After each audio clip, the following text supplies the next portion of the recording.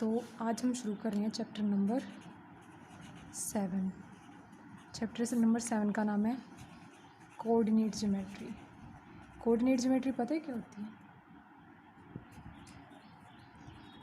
Coordinate geometry होती है coordinates की ज्योमेट्री। इसका मतलब क्या है कि हम कोऑर्डिनेट्स के बारे में पढ़ेंगे, जैसे कि एक्स कोऑर्डिनेट या वाई कोऑर्डिनेट।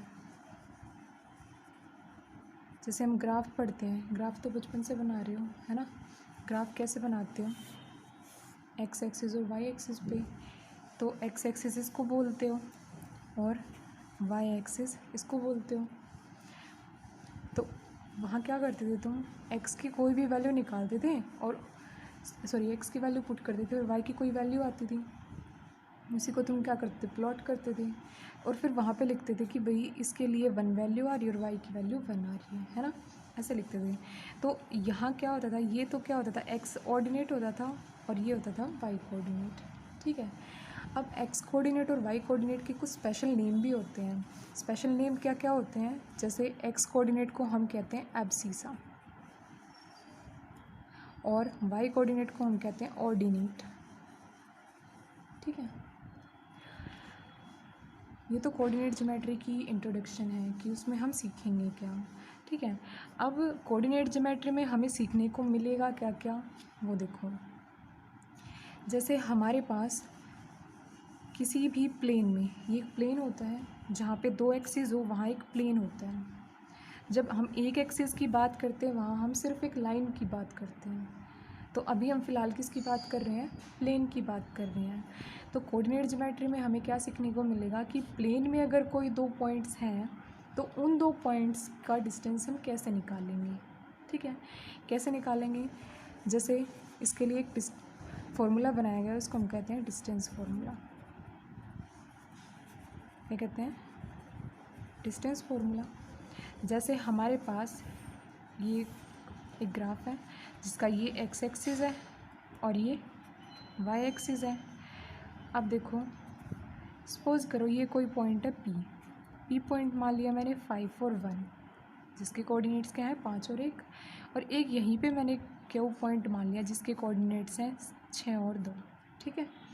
अब अगर मैं कहूँ कि यहाँ पी से लेकर क्यू तक का डिस्टेंस निकालो, अगर मैं एक लाइन की बात कर रही होती तो लाइन का डिस्टेंस तो तुमने 1000 बार सीख रखा है, जैसे 5 - 1। जब हम एक कोऑर्डिनेट की बात कर रहे हैं तो वहाँ पे तो यही आएगा 5, 1, 2 ये सारे। तो वहाँ तो डिस्टेंस निकालना बहुत आसान होता है। लेकिन हम बात किसकी कर रहे हैं? डिस्टेंस फार्मूला से किसकी बात कर रहे हैं? प्लेन की। तो प्लेन में तो कोऑर्डिनेट्स आएंगे एक्स और वाई, तो उसका डिस्टेंस कैसे निकालेंगे? तो उसके लिए एक फार्मूला है और वो फार्मूला है ये, P Q is equals to में √ऑफ, सपोज़ करो कि ये पॉइंट है तुम्हारा x1 y1 और ये पॉइंट है x2 y2। ठीक है। तो फॉर्मूला होता है x2 - x1 का स्क्वायर प्लस में y2 - y1 का स्क्वायर। ठीक है, समझ आ रहा है?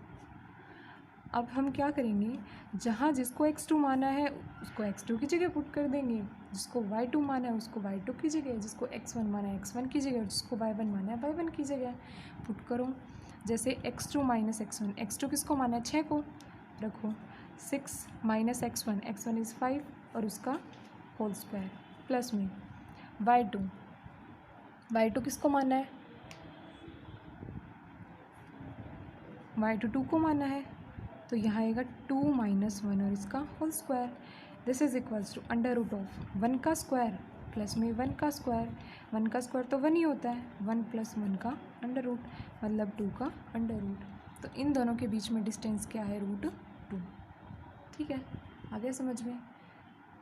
तो ये तो हमारा क्या है? Distance formula. मतलब कि अगर आपके पास प्लेन में, प्लेन का मतलब ग्राफ में या प्लेन में अगर कोई 2 पॉइंट दिए हुए हों और आपसे पूछा जाए कि उनके बीच का डिस्टेंस बताओ, तो कैसे बताओगे? डिस्टेंस फार्मूला से। ठीक है, इतनी बात आ गई समझ में? अब जैसे आपको एक क्वेश्चन देती हूँ। क्वेश्चन ये है, show that the points 1 7 4 2 -1 1 and -4 4 ये पॉइंट्स हैं। कहते हैं शो करो कि these are the vertices of a square, vertices of a square. अच्छा अब ये बताओ स्क्वायर होता क्या है? Four sided close polygon. हाँ, उसकी सारी साइड्स क्या होती हैं? इक्वल होती हैं, क्योंकि जो भी 4 साइड वाला पॉलीगन है उसको तो हम क्वाड्रिलेटरली क्या देखते हैं। तो स्क्वायर की स्पेशलिटी क्या है कि उसकी सारी साइड्स क्या होंगी? इक्वल होंगी। हाँ, तो हमें पता है कि स्क्वायर कुछ इस टाइप का होगा। मैं ना इन पॉइंट्स को प्लॉट कर देती हूँ। पहला पॉइंट क्या है? ये वर्टिसेस हैं। वर्टिसेस क्या होते हैं? ये पॉइंट्स। तो सपोज करो ये ए है, ये बी है, ये सी है और ये डी है।